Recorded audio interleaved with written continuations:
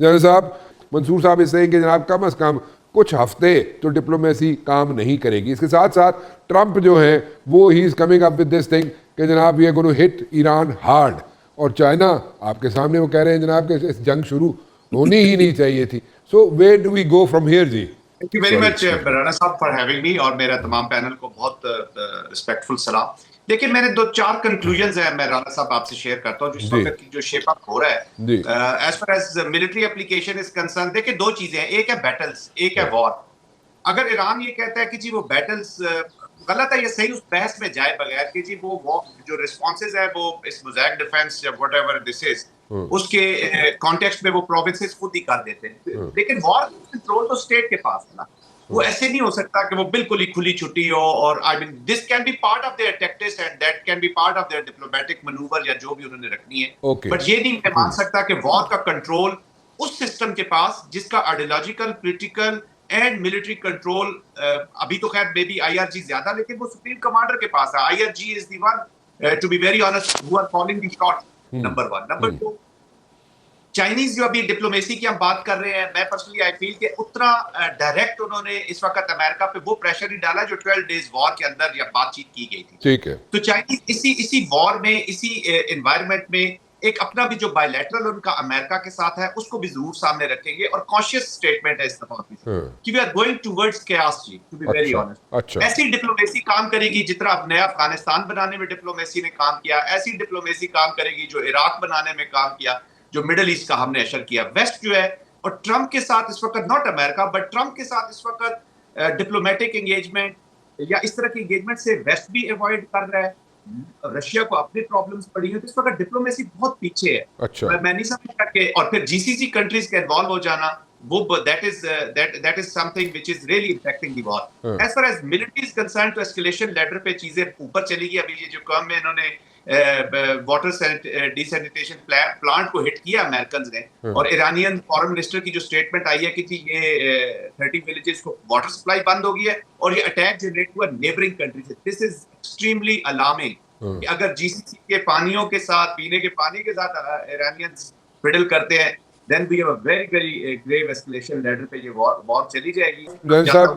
जन साहब मुझे हमें एक बात समझाइए। देखिए, ऑब्जेक्टिव्स तो बड़े क्लियर हैं, इजराइल के भी और अमेरिका के भी। मुझे ये समझा दीजिए, आप ये बता दीजिए, ठीक है, it's going to stretch, this war is going to stretch, इसमें तो कोई डाउट नहीं है, इसमें तो कंसेंसस है, ठीक है। अब ये वॉर स्ट्रेच करती है, ठीक है, तो इसका जो है अल्टीमेट ऑब्जेक्टिव जो है अमेरिका के और इजराइल के, वो जब तक अचीव नहीं होंगे, until and unless the objectives you know at the back of the mind, और ऑब्वियस जो है ऑब्जेक्टिव्स अमेरिका के और इजराइल के, जब तक वो अचीव नहीं होंगे they are not going to back off. ठीक है, ये बात क्लियर है कि नहीं है सर?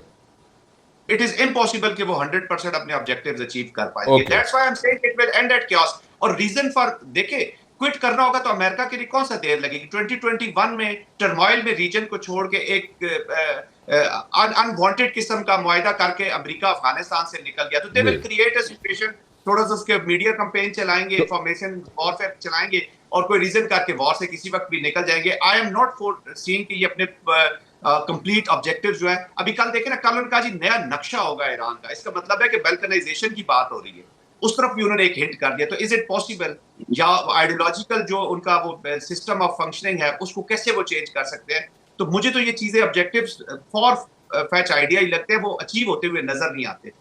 और दूसरी बात यह कि अभी जीसीसी कंट्रीज के ऊपर भी जब प्रेशर बढ़ेगा तो इनका रिस्पॉन्सेस, अगर वो वॉर की तरफ जाते हैं तो और ज्यादा भयानक हो जाएंगे। लेकिन ये जो स्मोक स्क्रीन इजराइल की, ईरान की खड़ी करके जो इजरायली एजेंडा अगेंस्ट जीसीसी है, तो जीसीसी कंट्रीज अब उसको भी भांप रही हैं। उनके लिए भी कैच 22 हो गया है कि सिक्योरिटी आर्किटेक्चर अटैच है। But they are saying, but Jalal Sahab, they are saying, but Iran is saying that they are not going to like hit the GCC countries. So where do we go from here? वो तो फिर वो जो threat था GCC countries को, वो किसी हद तक डिसॉल्व नहीं हो गया, खत्म नहीं हो गया? अनाउंस ही किया ना, बट प्रैक्टिकली अभी मैं अभी वाटर सैनिटेशन प्लांट के अभी मैंने आपको जी रिपोर्ट किया है। That's the latest one. Iran ने ये भी कह दिया कि हमें पता है कि नेबरिंग कंट्री से हुआ है, तो उन्होंने इशारा कर दिया कि जी अभी आप if you are weaponising our water, तो हम भी, और water is more dangerous than oil वाला वो फैसिलिटीज, अगर वो जीसीसी की तरफ जाते हैं तो वॉर इज ऑन। ये तो भी डिप्लोमेटिक प्रेसिडेंट पजकिस्तान ने एक मौका दिया है एक डिप्लोमेसी को या फॉरेन जीसीसी कंट्रीज को इशारा ही किया है कि जी मैं तो माफी मांग रहा हूं, आप इन अटैक्स को रोकें ताकि एक साइड थे वो ना। तो फिर वो अभी तो उसने खुद भी और फैलाई है ईरान ने विद द पर्पस, ये वॉर को जो फैलाया है उसका पर्पस ये है कि create cost for more countries in the region, ताकि वो भी फिर अपना प्रेशर डाले। वरना तो ईरान के लिए अकेले इस जंग को आगे ले जाना कर तो सकती है और करती भी रहेगी, लेकिन नुकसान भी बड़े हो जाएंगे। जी सर, टेक्नोलॉजी पे कौन सी डेवलपमेंट है जहाँ पे इन्फिल्ट्रेशन होगी? हो ईरान के अंदर 80-85% इन्फिल्ट्रेशन हुई है उनके मुताबिक। जो हॉस्टाइल इंटेलिजेंस आउटफिट्स है हर टीयर में वहाँ पे पेनिट्रेट कर चुकी हों पिछले 12-13 साल से। सो वो दैट राइज द क्वेश्चन, बहुत बड़ा क्वेश्चन मार्क है ये। मैं आपकी तरफ आता हूँ दोबारा। मैं ज़रा जनरल साहब से वेरी क्विकली एक बात पूछना चाहूँगी। जनरल साहब, ये कोई टैक्टिक्स है, वॉर गेमिंग का कोई हिस्सा है जिसमें अगर कहा जाए तो जिस तरीके से मतलब कि बड़ा कैलकुलेटेड मूव्स की जा रही है when it comes to America and Israel, but at the very same time यहाँ से हम देखते हैं कि जनाब ईरान की तरफ से जनाब अगर मैं एग्जांपल दे रहा हूँ, अगर 100 मिसाइल फायर किया जाता है तो ऑब्वियसली इंटरसेप्शंस होती हैं, 10 मिसाइल जाके पहुँचते हैं जहाँ पे भी वो उन्होंने टारगेट किया होता है। सो ये सिर्फ देख रहे हैं, वेट एंड सी वाली पॉलिसी अडॉप्ट की हुई है अमेरिका ने और इजराइल ने कि जनाब जितना इनके पास एमओ है उसको जनाब ये यूज़ कर लें and then they will go for a strike. जन साहब देखिए, एज पर एज अमेरिका और इजराइल का कंसर्न है जी, वो उन्होंने तो ऑलमोस्ट जो एयर है वो that is now with US and Israel. Air defence में नजर पहले भी नहीं आया 12 डेज वॉर में, फिर अब भी बिल्कुल नजर आया। वाटर्स में आप देख रहे हैं numbers are into 40s now, 43 की रिपोर्ट्स आ रही है कि जो भी, और सारे तो I mean combat ship, I am sure कि वो नेवल भी रिस्पॉन्सेज आर वीक, तो मिलिट्री रिस्पॉन्सेज तो वीक हो रहे हैं जी। अब रह गया ये देखिए एक ही, और ईरान ने डिपेंड भी टोटल जो किया या जो प्रिपरेशंस की इस वॉर की, लोग कहते हैं 20 साल से तैयारी कर रहे हैं, 40 साल से तैयारी कर रहे हैं, तो आप भी थोड़ा सा उस तरफ इशारा कर रहे हैं। ठीक है, आइडियोलॉजिकल एक चीजें बड़ी जरूरी होती हैं और आपकी पॉलिसी भी उन चीजों के साथ साथ पोलिटिकल चलती है, बट कुछ रियलिटीज भी होती है। अब इस मॉडर्न वॉरफेयर में you have to be strong और at least should have capacity to defend yourself across all the spectrums of war. तो मेरा ख्याल में मिजर्स के ऊपर जितनी अभी 30 billion plus minus dollars annual budget और आपकी ये सारी डोमेन्स खाली पड़ी हुई है, तो देयर इज अ स्ट्रेस। बाकी ये दोनों तरफ से टैक्टिक्स हो रही है, एग्जॉस्ट किए जाए, बट अमेरिकन और इजराइल का आप देख रहे हैं, अमेरिका ने कल या परसों रिलीज किए हैं, आई थिंक काफी उन्होंने बजट रिलीज किया है for more weapons for Israel, उन्होंने अनाउंस किए हैं और उनका स्टॉक प्राइस तो बढ़ता रहेगा। अब ये डिपेंड कर रहा है, और ईरानियन रिस्पांस भी जो है टोटली डिपेंडेंट ऑन इनका जो स्टॉक फाइल्स है वो भी उसको टेक्टफुली यूज कर रहे हैं and they are confident also.